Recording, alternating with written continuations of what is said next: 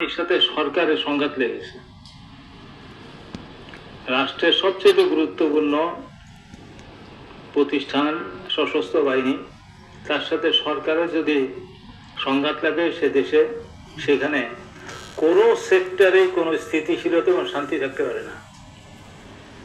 কোনো সেক্টরে আপনি দেখবেন এইটা এরকম যদি কন্টিনিউ করে, মীমাংসা না হয়, পানি পাবেন না। পানি পাবেন না কেন? বিদ্যুৎ কাজ করবে না। বিদ্যুৎ কাজ করবে না কেন? গোয়েন্দা বিভাগ ঠিক মতো কাজ করবে না। গোয়েন্দা বিভাগ কাজ করবে না কেন? যারা ইনফরমেশন দেয় এবং নেয় এবং ম্যানিপুলেট করে, ওদের মধ্যে ওদের লোক বেশি, সশস্ত্র বাহিনীর লোক বেশি। কাজে এই ধরনের ক্রাইসিস এটা কোনো দেশে এটা সহ্য করতে পারে না।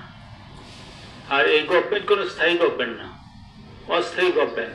ওনারা আসছেন এক নম্বর কাজের ইলেকশনের জন্য উপযুক্ত পরিবেশ তৈরি করা, আর ফ্যাসিবাদ বিরোধী ঐক্যটা গড়ে উঠছে, সেখান থেকে আমাদের একটা সহমত ছিল যে কিছু রিফর্ম দরকার, সংস্কার দরকার। আর একটা বাধ্যবাধকতা হলো যে যারা এই দীর্ঘদিন যাবৎ দেশ ফ্যাসিবাদী শাসন রক্ষা করতে গিয়ে তারা বেপরোয়াভাবে গুলিবর্ষণ করে, গুলিবর্ষণের নির্দেশ দিয়ে তারা মানুষ হত্যা করছে, সংগ্রামীদেরকে হত্যা করছে, তার বিচার করা। আর প্রাসঙ্গিকভাবে 15 বছরের শাসনে লুটপাট, খুন গুমের যে কর্মকাণ্ড, সেগুলোর বিচার করা। তো এগুলো সবকিছুই আটকা যায়। উনি ওইখানে শুধুমাত্র পলিটিশিয়ানদের সাথে কথা বললে যে হবে, এবং সেটাও ঠিক না। উনি পলিটিশিয়ানদের মধ্যেও আবার একটু ডিভাইড করছেন। দলকে বলেন নাই, নেতাদের বলছেন। কোনো যাদের পছন্দ হয় তাদের বলছেন, দলকে বলেন নাই। যেহেতু এগুলো হয়তো বা ভবিষ্যতে সংশোধন হতে পারে, কিন্তু ইউনূস সাহেবের মতলব সম্পর্কে যেটা আমরা অগাস্টের 8 তারিখে আমরা যেটা মনে করেছিলাম, যে দেশের মানুষ যে যার যে সন্দেহ থাকুক না কেন, একটা ভরসা ইউনূস সাহেবের উপরে, গ্রহণযোগ্য মানুষ, জ্ঞানীগুণী মানুষ, ওয়েস্টার্ন কানেকশন আছে, দেশের টাকা পয়সার ঘাটতি আছে, এটা উনি সবকিছু কাভার আপ করতে পারবেন, কারণ সেই ইন্টারন্যাশনাল কানেকশন আছে, সেটা দিয়ে ভরসায় সবাই সাপোর্ট করছে। কিন্তু এখন দেখা যাচ্ছে ওনার রাজনীতিতে অপরিপক্কতা হোক, অথবা কোন মতলব থাক, অথবা কোন হিডেন এজেন্ডা, কোন বৈদেশিক শক্তি গোপন কোন এজেন্ডা বাস্তবায়নের প্রতি একটা তার নমনীয় মনোভাবের কারণে হোক, অথবা তার সাথে সে সম্পৃক্ত থাকার কারণে হতে পারে, বা কম্প্রোমাইজ করার কারণে হতে পারে। উনি অনেকগুলো কাজ করছেন যার মধ্য দিয়ে উনি, আমরা তো সবাই মেনে নিয়েছিলাম যে ওনার আন্ডার ইলেকশন হবে। উনি যদি অন্তরে কেয়ারটেকার না, কিন্তু ওনার আন্ডার ইলেকশন হবে, তাহলে ওনার নিরপেক্ষতা লাগবে। ওনার নিরপেক্ষতা উনি প্রথম লঙ্ঘন করলেন যখন এই এনসিপি হওয়ার পর তাদেরকে উনি ক্যাবিনেটে তাদের মেম্বার রাখলেন। এখন ওরা ধারাই পানায় বলতেছে যে আমরা আর ওই পার্টিতে নাই। পার্টিটা তারা গঠন করে আসছে, এখন তারা পার্টিতে নেই। মানে এইটাও একটা অসৎ জিনিস, অসৎ কথা, মিথ্যে কথা, মিথ্যে আশ্রয় নিছে ওদেরকে প্রশ্রয় দেওয়ার জন্য, ওদেরকে রাজনৈতিক সুবিধা দেওয়ার জন্য। আমি কতগুলো আর একটা কথা বলি, আমার নিজে আজকে কথা বলতে গিয়ে আমি চিন্তা করতেছিলাম, আপনাদের মনে আছে কিনা, এই যে কালো মতন ছেলেটা কি নাম যেন, হাসনাত আব্দুল্লাহ তো নাকি, ও ক্যান্টনমেন্টে গেছিল, চিফ না কার সাথে কথা বলছে আওয়ামী লীগ নিয়ে, যে কি রকমের আওয়ামী লীগ ইলেকশন করতে পারবে, এগুলো নিয়ে তাদের সাথে কথা বলতে গেছে। আমার কাছে মনে হয় এই পুরো গেমটাই ইউনূস সাহেবের। আর কেননা আজকে পত্রিকায় আমি দেখতেছি বলতেছে যে আওয়ামী লীগ নিষিদ্ধ হচ্ছে, এইটা কথা বলার পরে সব গন্ডগোল, সব সমস্যা সৃষ্টি হয়ে গেল। তা আওয়ামী লীগকে এজেন্ডা করলো কে? আওয়ামী লীগকে নিষিদ্ধ হবে কিনা কথাবার্তা আছে, তো একটা সেটেলমেন্ট তো হয়েছে পরে যে তার বিচার হবে, ওই পার্টির বিচার হবে, আর ব্যক্তি বিচার তো আলাদা হইতেইছে, পার্টির বিচার হবে। তা পার্টির বিচার হইলে ওই পার্টির বিচারেই তো নিষ্পত্তি হয়ে যাবে, ওই বৈধ থাকবে না অবৈধ থাকবে। আর এই ব্যাটা এই যে ইলেকশন কমিশন, ওর তো এখন এটা নিষিদ্ধ করে এখন টাইম না, ইলেকশন দিলে সে তো এইটা বাধ্য হতে কথা আছে কে এইটা ইয়ে হবে কি হবে না। আমার দেশে একটা রেওয়াজ আছে কি, সবাই ওই সরকারি দলের সাথে থাকতে যায়, সরকার পাওয়ারের সাথে থাকতে যায়। তো এখন এই যে কি বলতেছি না বুঝে গেলাম, আওয়ামী লীগ আজকে মানে প্রেস লিগ নিউজ একটা কোন পত্রিকায় খুব সম্ভব সমকালে যে আওয়ামী লীগ নিষিদ্ধ করার পরে গন্ডগোল লেগে গেল। এই নিষিদ্ধ করার খেলাটা তৈরি করছে কে? এনসিপি। এই নিষিদ্ধ করার এই যে এজেন্ডাটা তৈরি করছে কে? এজেন্ডা ছিল না। এই আমি গেলে বিএনপি নেতাদের সাথে দেখা হইলে কি করবেন, ওনারা জিজ্ঞেস করে কি করে, এটা ঘরোয়া পর্যায়ে ছিল, এজেন্ডা তৈরি করা হয় নাই। এই এজেন্ডা তৈরি করছে কে? এনসিপি করছে। এনসিপি কে কে করাইছে? মানুষ যদি বলে যে এটা ইনিশিয়েট করাইছে, এটা সন্দেহ, আমি এখনো বলি না, বলতে চাই না, কিন্তু মানুষ যদি সন্দেহ করে যে উনি করাইছে, তো এইটা অস্বীকার করা কঠিন। আমরা আশা করবো যে উনি কমপক্ষে একটা শান্তিপূর্ণ সমাধানের পথে অগ্রসর হওয়ার জন্য উনি কমপক্ষে এই এনসিপি কে কোনো বিশেষ কোনো প্রশ্রয় দেবেন না। এনসিপির সাথে ডায়লগ করে রাত্রেবেলা বসে, 8টার পরে বসে সবাই ডায়লগ করে পরের দিনে কি করবে না করে এগুলো ঠিক করতেন। তখন এনসিপি হয় নাই, এখন এনসিপি হয়ে গেছে, এখনো এখনো এখনো করে। ফার্স্ট কন্ডিশন হলো এনসিপি লোকদের ক্যাবিনেটে বের করে দিতে হবে। সেকেন্ড জিনিস হইল সব পলিটিক্যাল পার্টির সাথে ওনার সমদূরত্ব রাখতে হবে NCP K. It is now A party, নতুন পার্টি। আরেকটা পার্টি যেমন এনসিপি নতুন পার্টি, একটা নন রেজিস্টার্ড পার্টি যেমন এনসিপি একটা নন রেজিস্টার্ড পার্টি। আমার দলের সাথে একটা নন রেজিস্টার্ড পার্টি যেমন এনসিপি আর একটা নন রেজিস্টার্ড পার্টি, এবং তাকে ইকুয়াল ডিস্টেন্সে রাখতে হবে। তাহলে উনি ওনার যে গ্রহণযোগ্যতা, সেই গ্রহণযোগ্যতা কন্টিনিউ করবে, তা নাহলে গ্রহণযোগ্যতা প্রশ্নবিদ্ধ আরো গভীরভাবে হবে। আরেকটা কথা বলি, সেটা হলো যে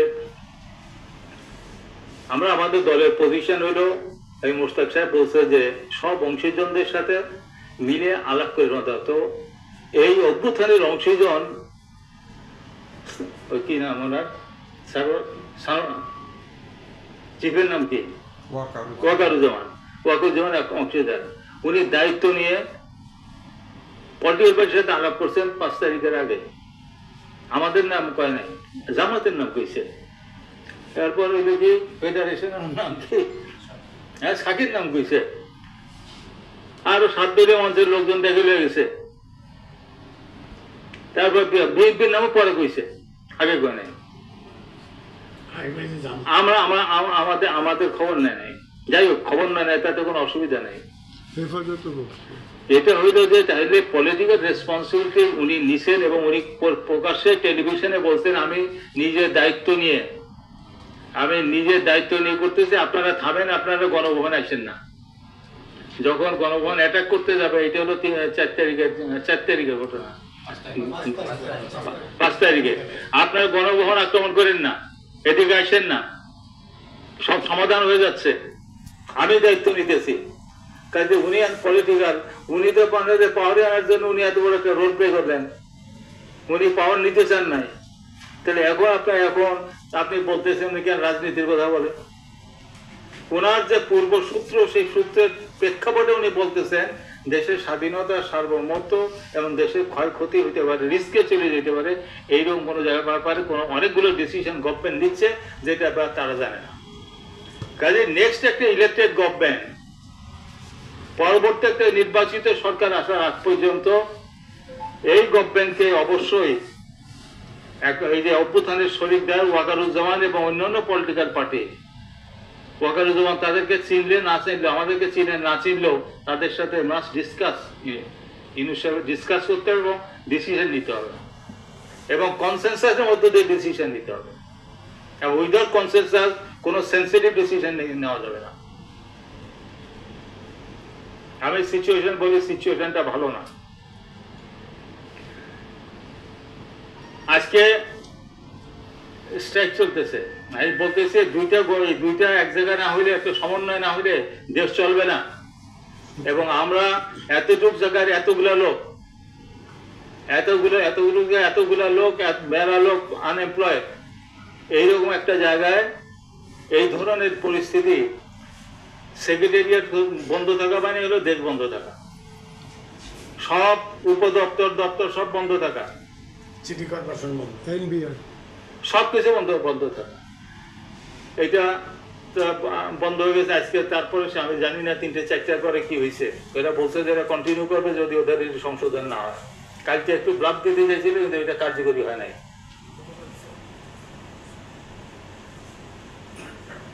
এবং এর চেয়ে আরো খারাপ কথা আছে এইটার উপরে। হাসনাত আব্দুল্লাহকে জিজ্ঞেস করছি, হাসনাত আব্দুল্লাহ কালকে ওনারা 3 রত্ন 6 রত্ন তারা চিটাগাং গেছেন, তারা পার্টি করতে যাইতেই পারে। আমরা গাড়ি 2টা নিয়ে রেখেছি, ওনারা 50টা না 60টা 70টা নিয়ে গেছেন। সার্ভিস ছিল 400, ওনারা জায়গাটুক কমিটি হচ্ছে 60-70টা, টিভি নিউজে দেখলাম।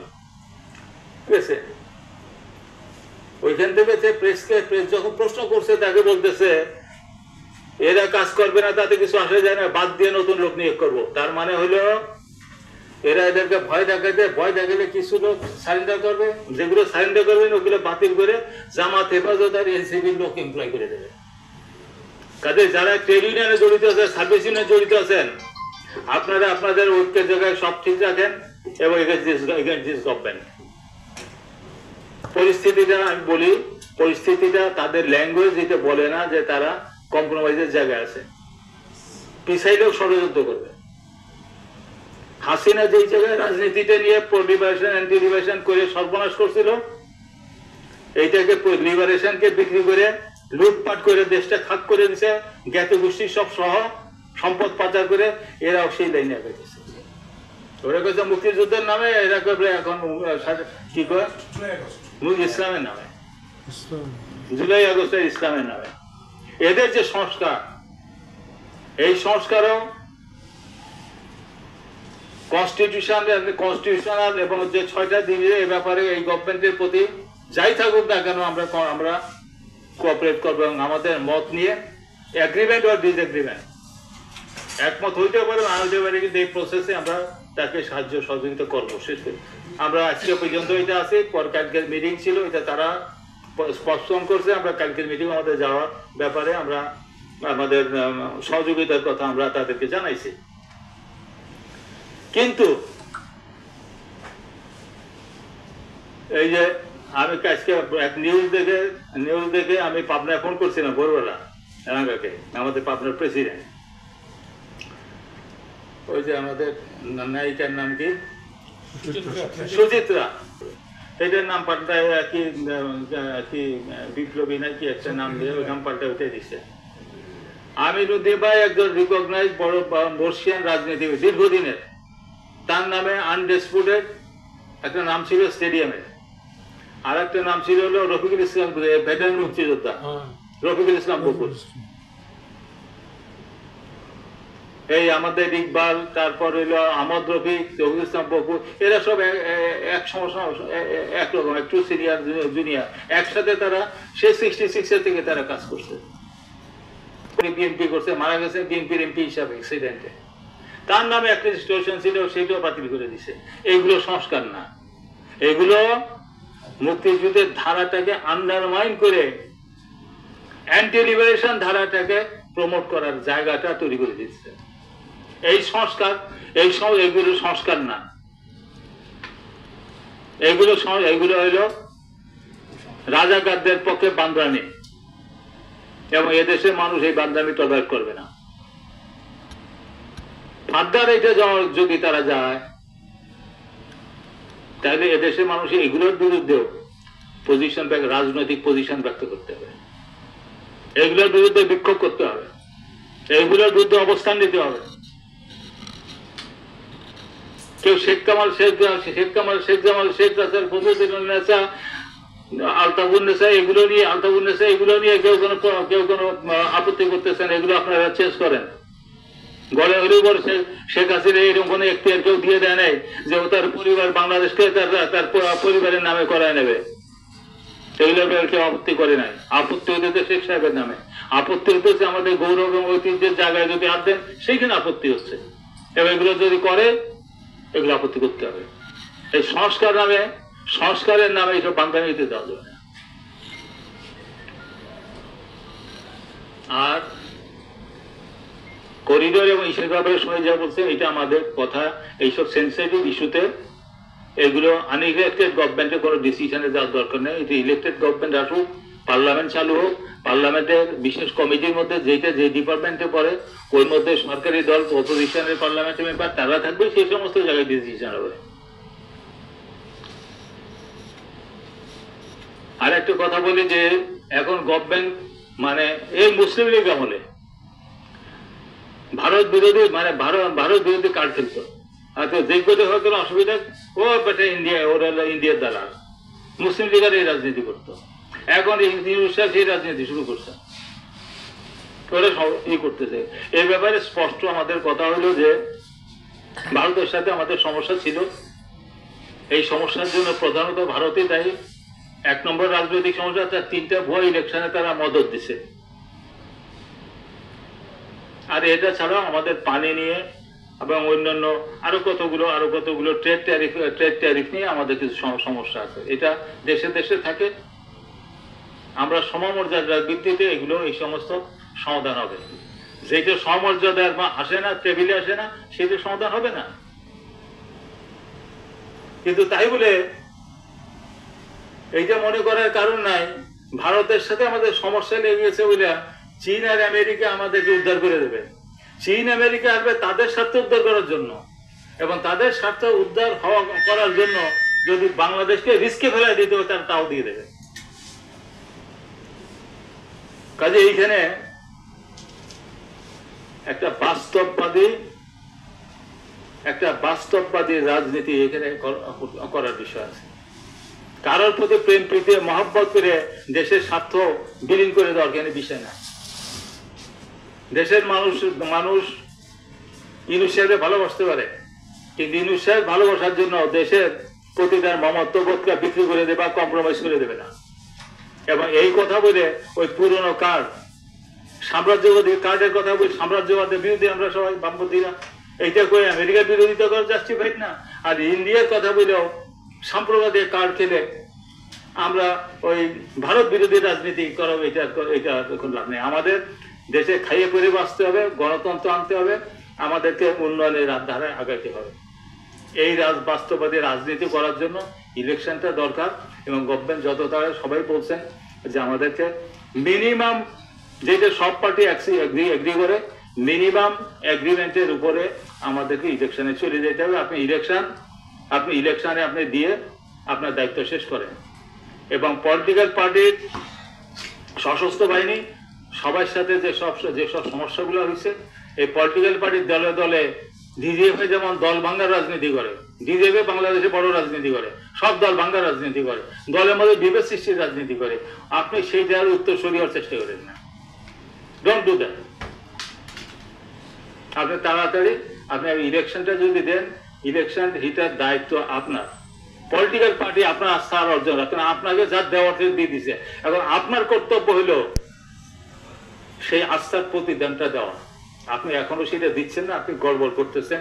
হয় আপনার রাজনীতিতে অনভিজ্ঞতার কারণ হইতে পারে, ভুল ত্রুটির কারণ হইতে পারে, হিডেন এজেন্ডা বাস্তবায়ন কারণ হইতে পারে, আমরা সেটা জানি না। কিন্তু 3টাই হইতে পারে। এ ব্যাপারে পলিটিক্যাল ওয়ার্কার, পলিটিক্যাল লিডার হিসাবে আমি সবাইকে বলবো, আপনারা সবাই সচেতন থাকবেন। আপনার ট্রেড ইউনিয়ন, আপনার সার্ভিস ইউনিয়ন, আপনার কমিটি, আপনার অর্গানাইজেশন সবগুলোকেই একটা বিপজ্জনক পরিস্থিতি মোকাবেলা করবার জন্য আপনারা রেডি থাকবেন। আপনাদের সেই আহ্বান জানিয়ে আমি আমার বক্তব্য শেষ করছি। জয় বাংলা, জয় বাংলাদেশ।